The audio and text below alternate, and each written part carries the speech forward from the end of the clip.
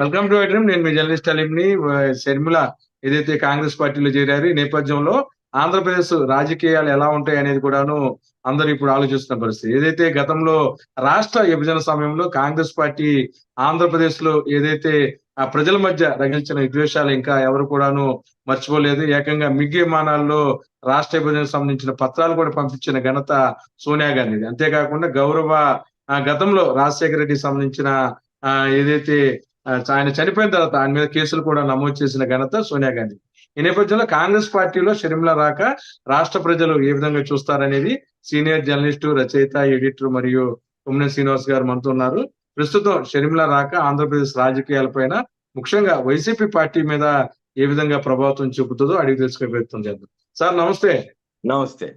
మొత్తమే కూడాను షర్మిల రాక వైసీపీ పార్టీలో ఆ వణుకు దడ పుట్టిస్తుందని ఆంధ్రజ్యోతి రాధాకృష్ణ గారు పెద్ద ఎత్తున పలుకులు పలుకుతున్నారు.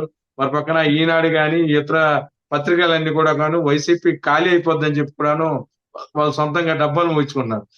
మన పక్కన విజయవాడలో తెలుగుదేశం ఎంపీ కేసీఆర్ నాని చంద్రబాబు లాంటి దుర్మార్గుడు లేడని తన కూతుర్ని కూడాను ఆ పార్టీకి రాజీనామా చేయించారు.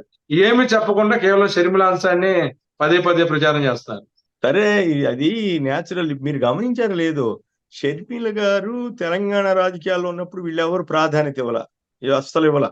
అట్లాగే తర్వాత ఏపీకి రాధాకృష్ణ లాంటి వాళ్ళు పొలిటికల్ ట్రాప్ వేశారు. ఆమె భర్త ఇద్దరు వెళ్ళి వాళ్ళ దాంట్లో చిక్కున్నారు. ఇందాక ఎక్కడో చూశాను, సాలిగూడలో చిక్కున్నట్టని ఎవరో ఒక ఇంట్రెస్టింగ్ కామెంట్ చేశారు. చాలా ఇంట్రెస్టింగ్ కామెంట్ అది. సాలిగూడలో చిక్కుకుంది మన షర్మిలమ్మ గారు అని. ఖచ్చితంగా కాంగ్రెస్ పార్టీలోకి చేరటం అంటే రాజకీయంగా ఆత్మహత్య చేసుకున్నట్లే అనేటువంటి ఒక అభిప్రాయం సర్వత్రా ఉంది. మీరు గమనించండి, ఆవిడ వల్ల నిజంగా వైసీపీకి ఎక్కువ నష్టం జరుగుతుంది అనుకుంటే వీళ్ళు ఈ పాటికి ఇంకా షర్మిల గారికి ఇంకా విపరీతంగా ప్రచారం పెంచేవాళ్ళు. కానీ ఎప్పుడైతే ఆంధ్రప్రదేశ్ రాజకీయాల్లోకి వచ్చిన మొదటి రోజు నుంచే కొద్దిగా తగ్గించుకుంటూ వస్తున్నారు. దానికి చంద్రబాబు గారికి ఇంకా పెంచుకుంటూ వెళ్తున్నారు తప్పితే షర్మిల గారికి పెంచడానికి ప్రయత్నం చేయట్లే. ఎందుకంటే వాళ్ళకు ఒక డౌట్ వచ్చింది, షర్మిల గారిని మనం పట్టుకొచ్చిందేమో జగన్ గారికి నష్టం చేయడానికి కదా, కానీ ఇప్పుడు చూడపోతే చంద్రబాబు గారికి నష్టం జరిగేటట్టుంది.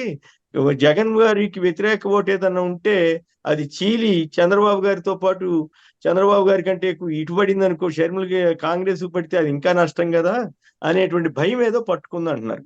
ఓకే, కొద్దిగా నష్టం ఉంటే ఉండొచ్చు, వైఎస్ఆర్ కాంగ్రెస్ కూడా అసలేమి నష్టం ఉండదు అని మనం ఎవరు అంటలా. కానీ when compare to whole thing, మొత్తం కంపేర్ చేసి చూసినప్పుడు, విశ్లేషించినప్పుడు ఇటు నష్టం ఉంటుంది, అటు నష్టం ఉంటుంది. ఉదాహరణకి 96లో నేను గతంలో కూడా చెప్పినట్టున్నాను, మరి మీకు చెప్పాను లేదో కానీ 96లో ఎన్టీ రామారావు చనిపోయిన తర్వాత లోక్సభ ఎలక్షన్స్ లో టీడీపీ నుంచి ఎన్టీఆర్ లక్ష్మీపార్వతి ఎన్టీఆర్ పెట్టుకున్నాడు పార్టీ. ఆయన చనిపోయిన తర్వాత లక్ష్మీపార్వతి కంటిన్యూ చేసి ఆ పార్టీని పేరు మీద ఎలక్షన్ లో పోటీ చేసి 15 నుంచి 18% ఓట్లే వచ్చినట్టున్నాయి.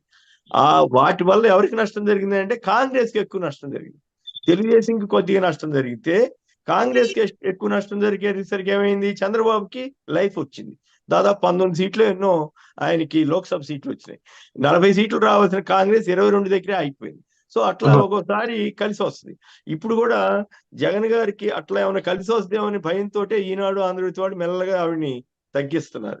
అంతదాకెందుకు కాంగ్రెస్ నాయకుడు చింతామోహన్ ఉన్నాడు, ఆవిడ 6 నెలల నుంచి అడుగుతా ఉందండి, అందుకనే మా వాళ్ళు చేర్చుకున్నారని పరువు తీసాడు, అప్రతిష్ట చేశాడు. ఎవరు అడిగారు ఆయన్ని? ఒకవేళ నిజంగా ఆవిడ అడిగింది అనుకో, ఆవిడేం చెప్పింది, నేను త్యాగం చేశాను, నా త్యాగాన్ని గుర్తించి నా వల్ల 30 సీట్లలో కాంగ్రెస్ గెలిచింది, అది ఆ విషయాన్ని గుర్తించి వారు నన్ను ఆహ్వానించి విలీనం చేసుకున్నారని ఆవిడంట.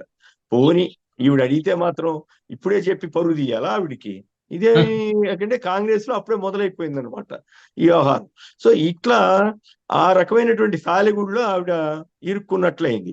ఇరుక్కుని గతంలో ఈవిడే కదా కాంగ్రెస్ మీద ఉమ్మేయాలి, ఇంకా రాజశేఖర రెడ్డి గారి మీద కేసులు పెడతారా, ఛార్జ్ షీట్ లో పేరు పెడతారా అంటూ తీవ్రంగా దునుమాడింది ఈవిడే కదా.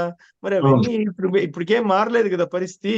ఆ కేసులు అట్లాగే ఉన్నాయి, ఛార్జ్ షీట్ లో ఆయన పేరు అట్లాగే ఉంది. మరి అవన్నీ తీసేసినట్లు కాంగ్రెస్ అధిష్టానం ఏమైనా డిక్లేర్ చేసిందా? మేము తప్పు చేశామని ఏమైనా చెంపలు వాయించుకుందా? సిబిఐ ఏం తీసేయలేదు కదా. మరి అయినా కూడా ఆవిడ ఎందుకు వెళ్ళిందంటే, అంతే రాజకీయాల్లో ఇట్లాగే ఉంటాయి. అది రాజకీయంగా ఒక రకమైన అంటే ఆవిడకంటే ఆవిడ భర్త బ్రదర్ అనిల్ ఎక్కువగా ఏమంటాము తాపత్రయపడుతుంటారని అంటారు. బహుశా ఆయన ఆయన బాటలో నడవక తప్ప. ఇప్పుడు ఒక టీడీపీ ఎమ్మెల్సీ ఎక్స్-ఎమ్మెల్సీ ఆయన బీటెక్ రవితో కలిసి అనిల్ మంత్రాలు జరపడం కానీ, డికే శివకుమార్తో చంద్రబాబు మంత్రాలు జరిపినప్పుడు షర్మిల ప్రస్తావన వచ్చిందని చెప్పడం కానీ, లేదు బీజేపీ ఎంపీకి బీజేపీలో చేరిన టీడీపీ నేత, టీడీపీ నుంచి బీజేపీలో చేరిన ఎంపీకి సంబంధించినటువంటి విమానంలో ఆవిడ ప్రయాణం చేయటం కానీ, ఇవన్నీ చూస్తుంటే ఏమవుతోంది, అన్నీ కూడా దిక్కుమాలిన రాజకీయాలు, కుట్ర రాజకీయాలు. గతంలో చంద్రబాబు నాయుడు గారు, సోనియా గాంధీ, అలాగే రామోజీరావు గారు వీళ్ళందరూ కలిసి కుట్ర పన్ని కేసుల్లో ఎట్లయితే ఇరికిచ్చి జగన్ గారికి వ్యతిరేకంగా దుష్ప్రచారం చేశారో, ఇప్పుడు కూడా షర్మిల గారిని అడ్డం పెట్టుకుని ఆవిడ ఒక పావుగా మార్చి జగన్ గారిని ఇబ్బంది పెట్టాలని వీళ్ళందరూ కాంగ్రెస్, టీడీపీ, అట్లాగే జనసేన, మరి బీజేపీ వాళ్ళకి ఇంకా పాత్ర, బీజేపీ వాళ్ళు కూడా ఉన్నట్టే లెక్క కదా, కొందరు ఒక వర్గం, ఇలా వివిధ వర్గాల వాళ్ళు, సిపిఐ, వీళ్ళందరూ కలిసి జగన్ గారిని ఇబ్బంది పెట్టడానికి చేస్తున్న ప్రయత్నాలు. ఈ ప్రయత్నం ఎంతవరకు సఫలం అవుద్దనేది మనం చెప్పలేం. నేనైతే సఫలం అవుతుందని అనుకోవడం లేదు. ఎందుకంటే ప్రజలకు ఇప్పటికే ఈ విషయాలన్నీ తెలుసు. కాబట్టి ప్రత్యేకించి షర్మిల గారి వల్ల వైసీపీకి పెద్దగా నష్టం జరుగుతుంది. ఎందుకంటే షర్మిల గారి విషయంలో జగన్ గారు చాలా క్లారిటీగా చెప్పారు, ఆవిడని తెలంగాణ రాజకీయాల్లోకి వెళ్ళొద్దు అన్నాం, కానీ ఆవిడ వెళ్ళింది, ఇక ఆవిడ ఇష్టం, మాకు ఆవిడ రాజకీయాలతో సంబంధం లేదని అని చాలా స్పష్టంగా చెప్పేశారు. ఆ తర్వాత ఆవిడ ఇష్టం, ఆవిడ ఎటన్నా తిరగచ్చు. తెలంగాణలో వైఫల్యం చెందింది, ఫెయిల్యూర్ అయింది. ఇక్కడికి వచ్చి ఏపీలో ఏదో సాధిస్తారనుకుంటే నమ్మడానికి కాంగ్రెస్ వాళ్ళు ఏమన్నా తెలివి తక్కువ వాళ్ళు అంతకంటే ముదురు కేసులు కదా, పెద్ద పెద్ద కుట్రలే చేసిన వాళ్ళు. చంద్రబాబు ఏమన్నా తెలివి తక్కువడా, కుట్రలకి ఆద్యుడు. రామోజీరావు అన్న తెలివి తక్కువడా కాదు. షర్మిలని తెలివి తక్కువ చేసి ఆవిడని పావుగా వాడుకుంటూ ఆవిడ ద్వారా ఏమన్నా అవకాశం ఉంటే జగన్ గారిని ఇబ్బంది పెట్టాలన్న కుట్ర తప్పితే ఇంకోటి ఏమీ లేదని మనం స్పష్టంగా సార్, నిన్న సజ్జల రామకృష్ణారెడ్డి గారు ఒక మాట అన్నారు. గతంలో వైఎస్ వివేకానంద రెడ్డి గారు కాంగ్రెస్ పార్టీలోకి వెళ్ళి ఇబ్బందులు పడ్డారు, పార్టీకి అంతా డిస్టర్బ్ అయింది అన్నారు.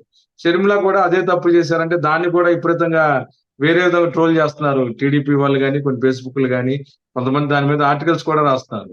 అంటే తన ఉద్దేశాన్ని చెప్తే దాన్ని కూడా వక్ర మార్గంలో మార్చి వినోదం చేస్తున్నారు. ఎలా అనుకోవచ్చు అంటారు?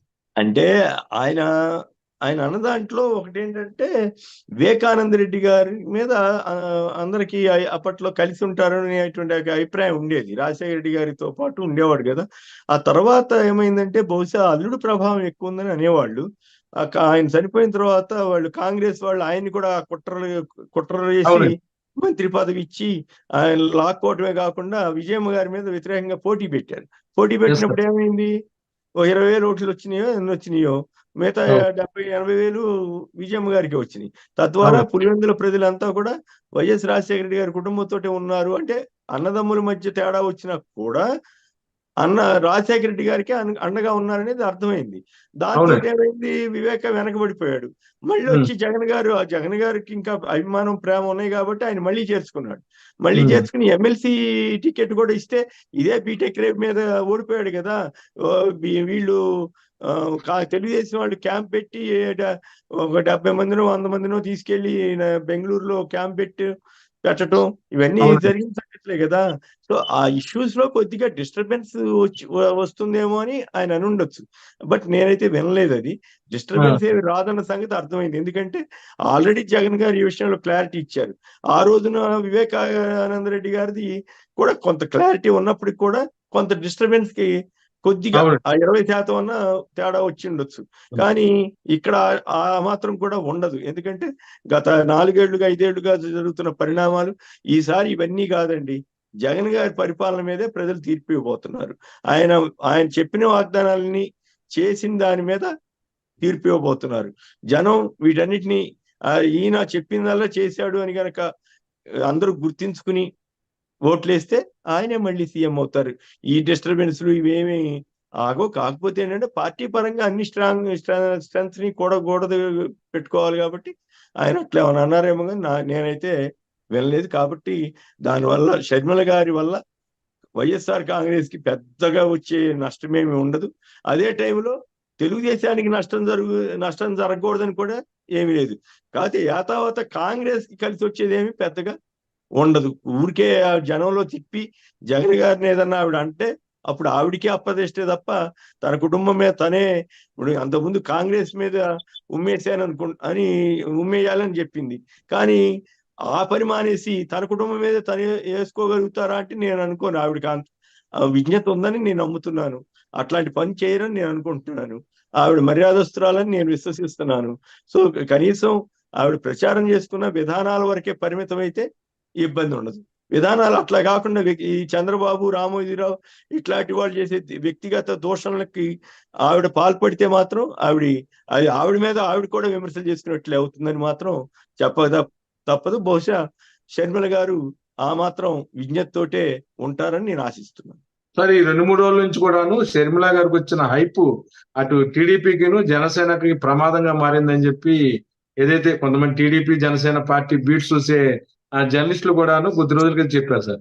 ఈ నేపథ్యంలోనే కొద్దిగా షర్మిల అనే ఆవిడ రాజకీయాలు ఉండటం వల్ల ప్రభుత్వ వ్యతిరేకత ఓటు కానీ అభిమానులు కానీ కొద్దిగా టీడీపీగా నష్టం వచ్చే అవకాశం ఉందని ఒక విశ్లేషణ చంద్రబాబు చెప్పారంటండి నిన్న మొన్న.